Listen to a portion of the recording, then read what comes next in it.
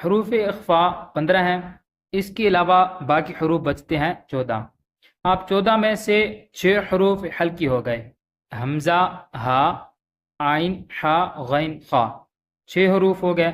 14 میں سے اب 6 نکالیں تو پیچھے بچ گئے 8 حروف۔ اب 8 کے بعد 6 حروف ہیں حروف یرملون، یعنی یا، را، میم، لام، واو، نون، حروف یرملون۔ 8 میں سے 6 نکالو تو پیچھے بچ گئے 2 حروف۔ اب ان 2 میں سے ایک ہو گیا الف، پھر پیچھے بچ گیا ایک، اور جو ایک حرف ہے وہ ہے با۔ تو گویا آسان سا یہ ایک نسخہ ہے یاد کرنے کا، آسان سی ٹرک ہے کہ با، الف، 2 حرف یہ ہو گیا، حروف حلقی 6، 2 اور 6 8 ہو گیا، اور حروف جر ملون 8 اور 6 یہ ہو گیا 14۔